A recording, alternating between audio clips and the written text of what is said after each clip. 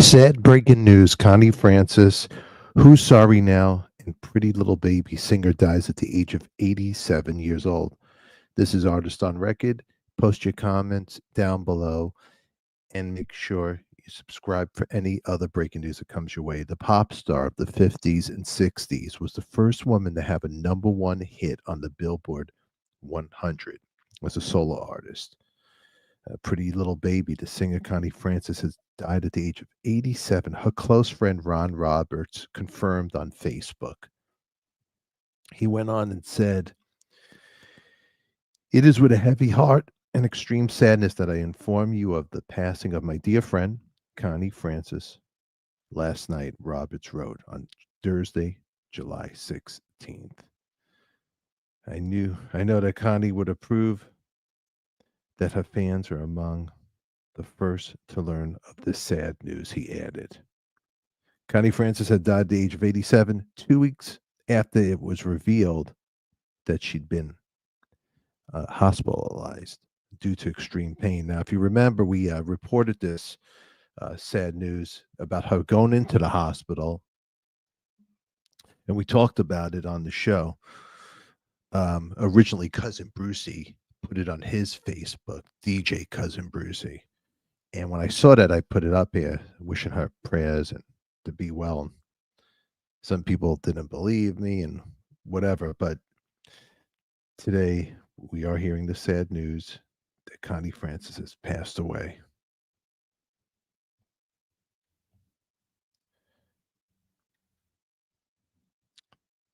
Very sad.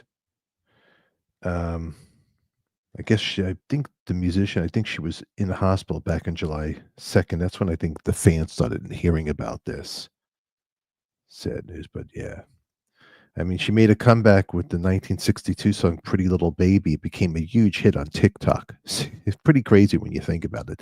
63 years after she recorded the B side. It was a B side.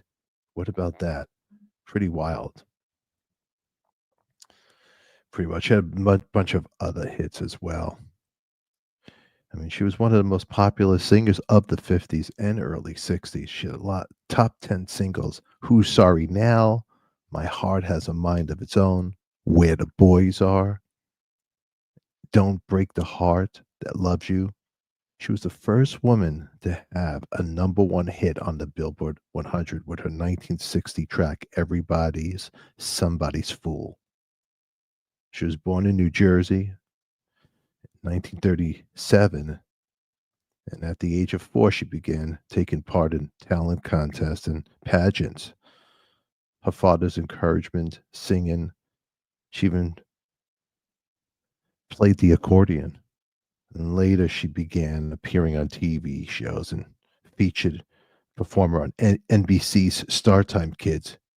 And she chose Connie Francis as a stage name. And I think around 1955, she signed a recording contract with MGM Records. But most of her early singles were unsuccessful, and the label was going to drop her.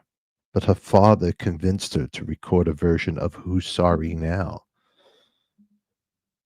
which was pretty much her theme song. And that was the last attempt and became a hit in 1957.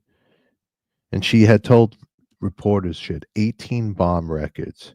In 1996, she had told, I think it was UPI, and my father, he wanted me to record a song written in 1923, and I said, forget about that. The kids on American Bandstand would laugh me right off the show.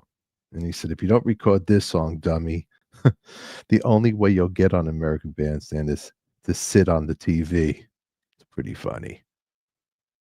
The track also performed poorly until it debuted on Dick Clark's American Bandstand in 1958, and it became a hit in both the US and UK. And Connie Francis, along with Dick Clark, would form a lifelong friendship.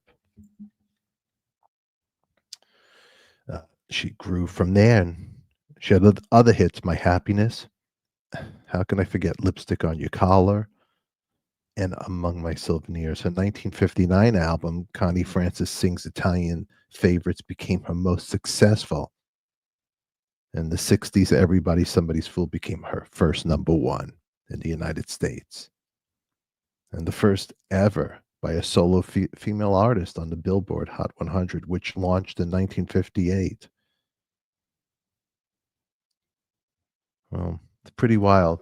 Well, Connie, thank you for the good memories. Now, Connie also, she wrote a book, which I'm posted up here. Who's Sorry Now is an autobiography book. And there was a lot of, Francis became less successful as the music industry changed in the late 60s and then suffered a series of personal tragedies. In 1974, she was the victim of a rape in Long Island motel room at Howard Johnson's. She had nasal surgery in 77.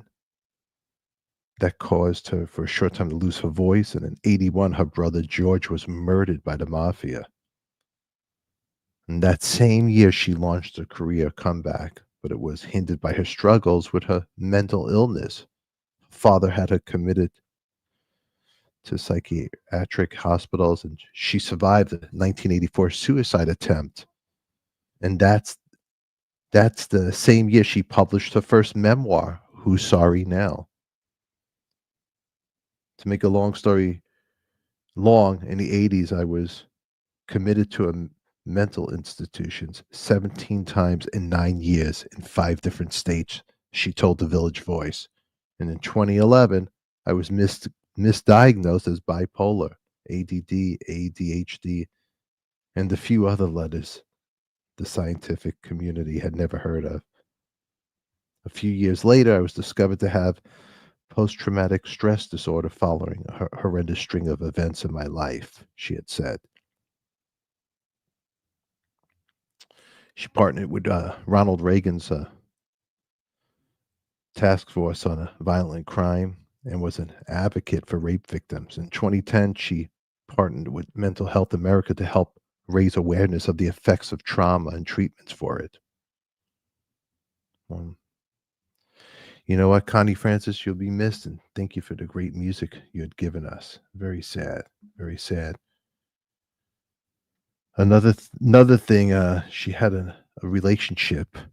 This was a wild story with Bobby Darin. That was a wild story right here. And let me see if I could pull this up for you. If I could get this, Bobby Darin, really quick. I'll read your comments right here, everybody. Just give me a second. I just had it here in front of me. Yeah, Bobby Darin and Connie Francis had a brief but intense romantic relationship during their early careers, and they met in 1956 and were both struggling songwriters and singers at the time. When Darin writing songs for Francis, their relationship was complicated by Connie's strict Italian father, who disapproved of Bobby Darin. He kept coming between the couple to separate them. Then their relationship ended due to her father's strong objections and interference, though Frances later stated that not marrying Bobby was the biggest mistake of her life, according to her autobiography.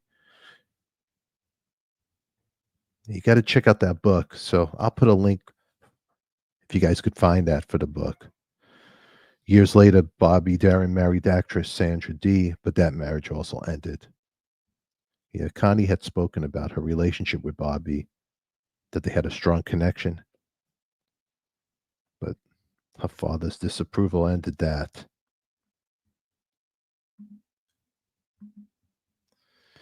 Thank you, Connie, again.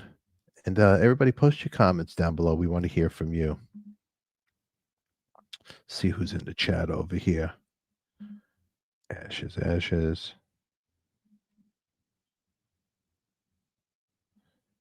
Prayers for the family. Yeah, definitely. Prayers for family. Felony Strutter, Miss Felony Strutter, hello from the hospital. Rest in peace, Connie. We hope you're doing okay, Felony Strutter, Miss Felony Strutter. Such a pretty voice, Billy says. Alan, Connie changed my life in so many ways.